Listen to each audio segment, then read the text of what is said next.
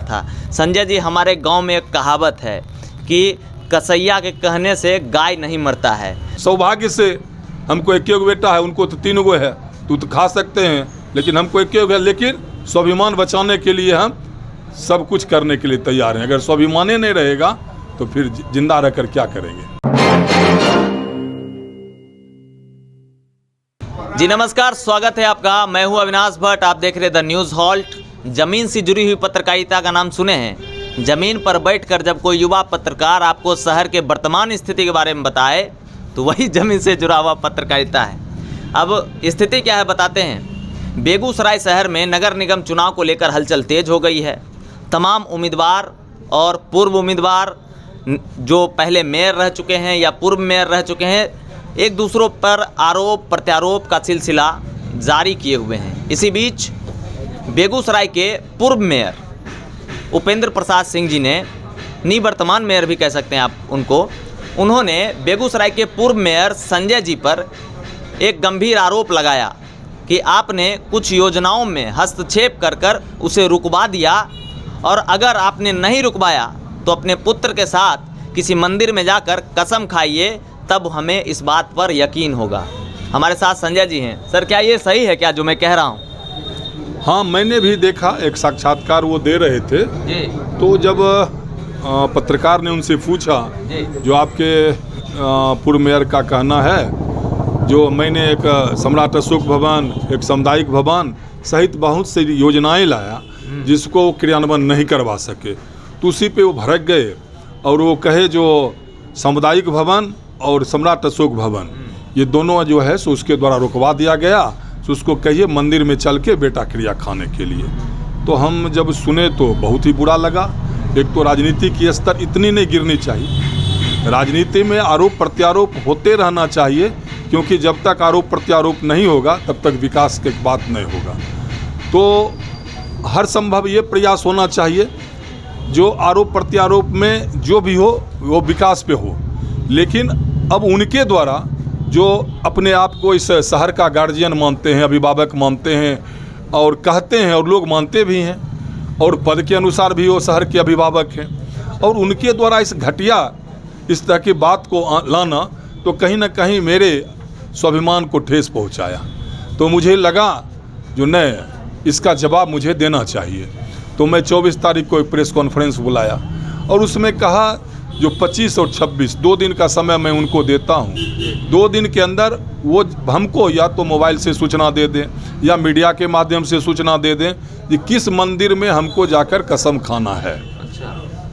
अगर वो 26 तक नहीं सूचना देंगे तो हम 27 को 11 बजे हेमड़ा चौक, और यहीं वो सामुदायिक भवन बनना था, उनके द्वारा प्रस्तावित था।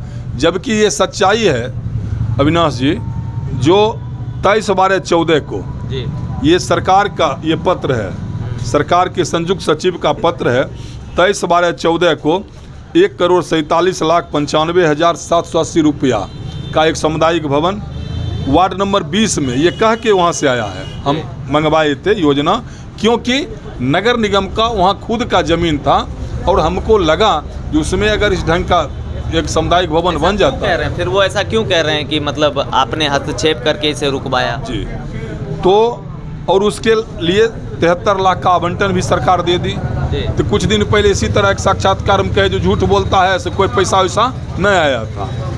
फिर बाद में वो क्या किए, और हम जब ये 23/12/14 को पैसा आया तो 11/1/15 को उस समय के तत्कालीन जन संसाधन मंत्री विजय चौधरी और वार्ड नंबर 20 के माननीय पार्षद मीना देवी जी हैं, पूर्व के उस समय के विधायक थे भोगो बाबू हैं, ये प्रमोद बाबू हैं, जनता दल यू के उस समय के जिला अध्यक्ष थे, और सैकड़ों ग्रामीणों की उपस्थिति में वार्ड नंबर 20 में इसका शिलान्यास किया गया। शिलान्यास का बोर्ड भी आप देख सकते हैं। तो जब वो आए 16 में तो उनको रतनपुर से शायद खुन्नस है, रतनपुर में कोई विकास का काम करने देना नहीं चाहते हैं। अच्छा। उसका एक बड़ा उदाहरण तो ये है तो सबसे पहले आए और 7/2/17 को उन्होंने नगर आयुक्त को कहा कि इसके स्थल परिवर्तन के लिए आप दीजिए, आवेदन लिखिए। नगर आयुक्त सरकार के संयुक्त सचिव को एक पत्र दिए और उन्होंने दावा किया जो उस ज़मीन पर हम बहुत अच्छा चीज़ बनाएंगे, उस ज़मीन पर, वार्ड नंबर 20। और दूसरा झूठ बोले जो वहाँ जो है ना सो गाड़ी नहीं पहुँच पाता है। अच्छा। जबकि अभी भी जाइएगा तो वहाँ 14, 18 और 22 चक्का ट्रक वहाँ उस सड़क से जा रही है। तो तीसरा झूठ उन्होंने बोला। उसके बाद उन्होंने कहा जो हाँ हम बहुत बढ़िया चीज़ बनाएंगे।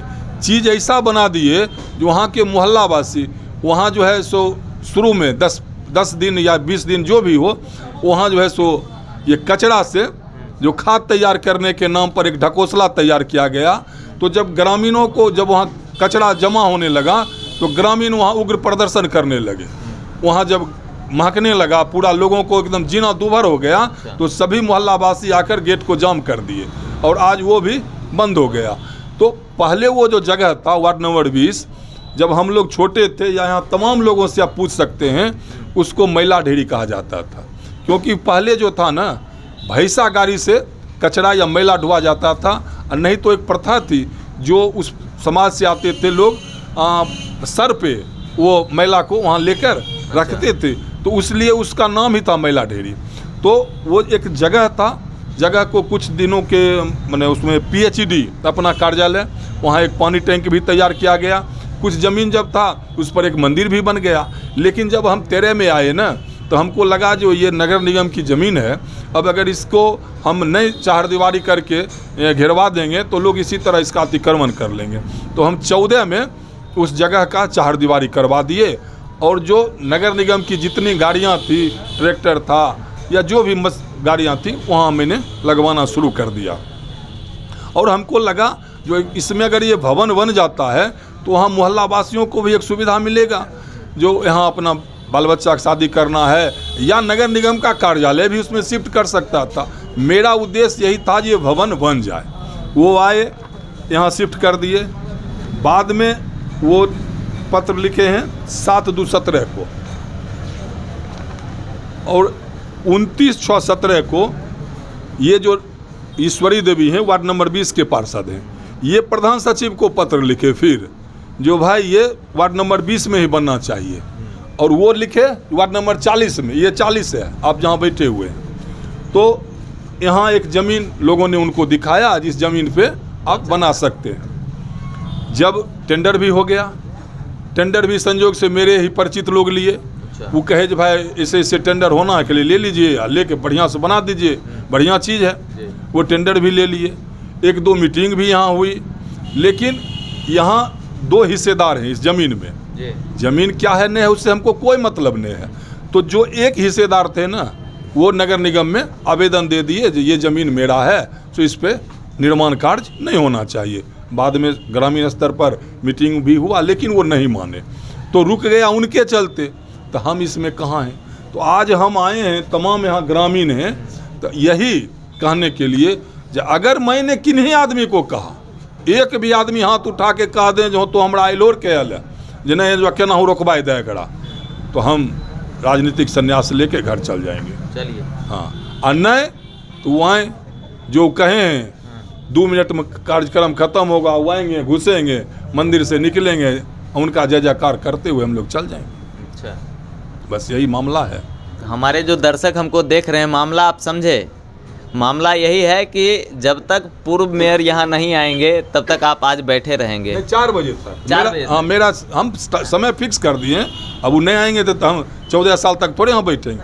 हम 2 दिन उनको दिए थे समय, जो 2 दिन में वो जगह बता दें। अच्छा। हम उनके जगह पर चल आएंगे। नहीं तो 27 तारीख को 11 बजे से 4 बजे तक हम उनका इंतजार यहाँ करेंगे। नहीं तब तो हो गया जो झूठ बोले, तब तो हो जनता के नज़र में चल जाएगी ना, झूठ बोले। हम बैठे हुए हैं, उन्होंने कहा जो बेटा क्रिया, तो हम बेटा को लेकर आए हैं। और सौभाग्य से हमको 1 बेटा है, उनको तो 3 गो है, तो खा सकते हैं, लेकिन हमको 1 है। लेकिन स्वाभिमान बचाने के लिए हम सब कुछ करने के लिए तैयार हैं। अगर स्वाभिमान ही नहीं रहेगा तो फिर जिंदा रहकर क्या करेंगे? लोगों के बीच हम आए हैं। कोई भी आदमी अभी भी कह देंगे जहाँ तो ये बात अलो हमरा कहलो तो नहीं चाहे रोज बने, ऐसे भी कोई आदमी पब्लिक, वो तो मेरे हैं, कोई भी पब्लिक भी कह देंगे तो हम उनकी बात को मान के बस आज से कभी भी राजनीति मंच पे आप हमको नहीं देखिएगा। एक भी आदमी हमको कह दे वो खोज कर वैसा भी व्यक्ति लाकर हमको हमारे सामने खड़ा कर दें, हमने राजनीति छोड़ देंगे।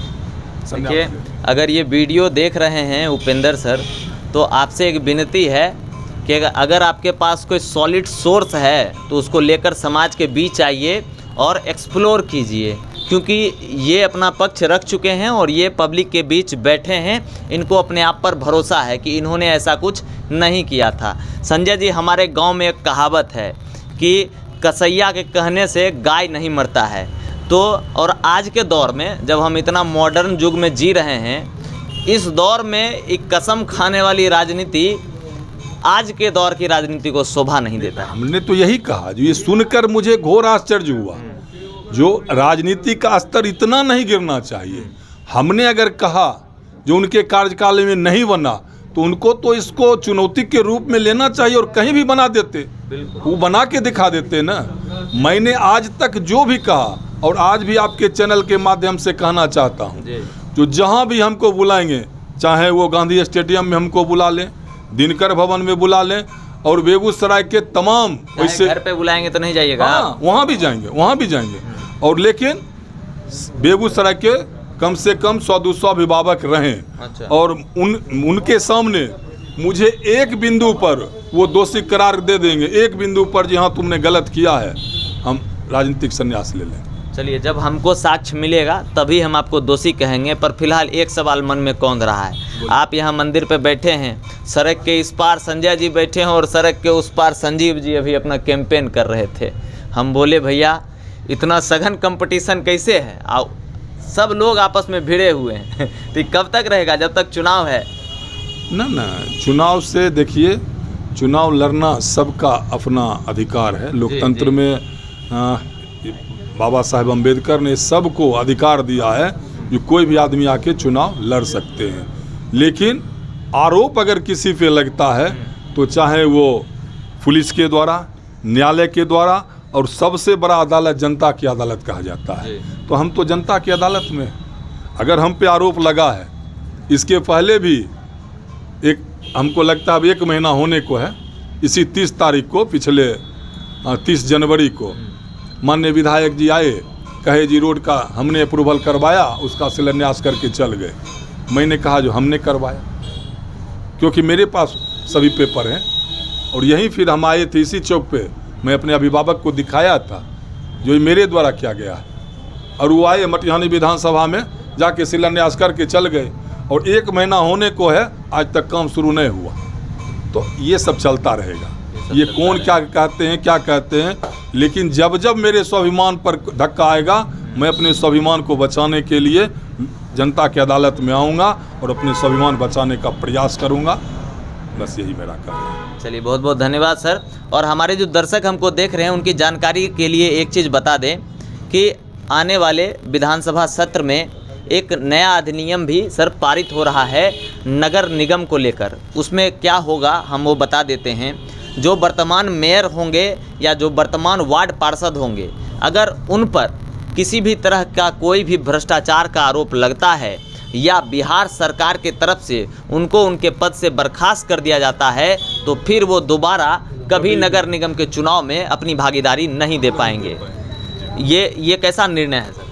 एकदम सरकार का जो भी निर्णय है, चाहे वो डायरेक्ट, पहले क्या होता था जो पार्षद चुनते थे और अब जनता चुनना है, तो ये तो स्वागत योग्य कदम है, ऐतिहासिक कदम सरकार के द्वारा उठाया गया है। ये निर्णय का सभी लोगों ने सराहना किया है, और अगर फिर वो निर्णय आता है तो उसका भी हम लोग सराहना करते हैं। वो जो भी सरकार के द्वारा जनता के हित में जो भी कदम उठाया जाता है तो ऐतिहासिक निर्णय है और उसका हम लोग स्वागत करते हैं। तो चुनावी मौसम ऐसा ही टाइट रहेगा बेगूसराय जिला में, एक दूसरे पे लोग लांछन लगाते रहेंगे और हम ऐसा मैटर उठा के आप तक लाते रहेंगे। आप लगातार बने रहिए द न्यूज़ हॉल्ट के साथ। मैं हूँ अविनाश भट्ट, फिर हाजिर हूँ आपकी सेवा में। नमस्कार।